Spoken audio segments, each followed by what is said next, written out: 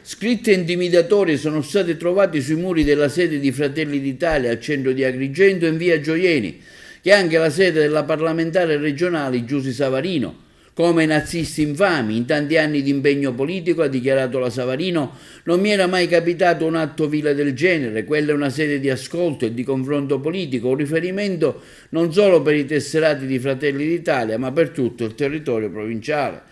Sono amareggiato, ho personalmente avvisato il prefetto, il questore, i vertici del partito. Queste minacce sono frutto di un clima di contrapposizione politica che si sta facendo sempre più pesante. Le scritte riportano offese come nazisti infame e minacce. Se qualcuno pensa così di intimidirci, non ci conosce e non ci riuscirà, conclude l'onorevole Savarino.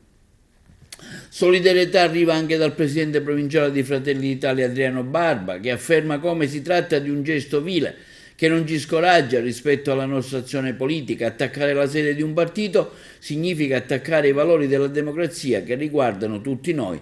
È un chiaro intento minatorio quello di attaccare il nostro simbolo nella nostra sede.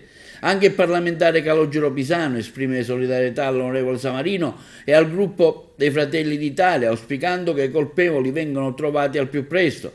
Il sindaco Miccichea afferma che l'intolleranza e l'odio non hanno posto nella nostra società. Dobbiamo lavorare insieme per promuovere un clima di rispetto, dialogo e comprensione reciproca. Quindi il capogruppo di Fratelli d'Italia Simone Gramaglia al comune di Agrigento esprime profonda solidarietà all'onorevole Savarino, vittima di un vile atto intimidatorio presso la sua sede di via Gioieni.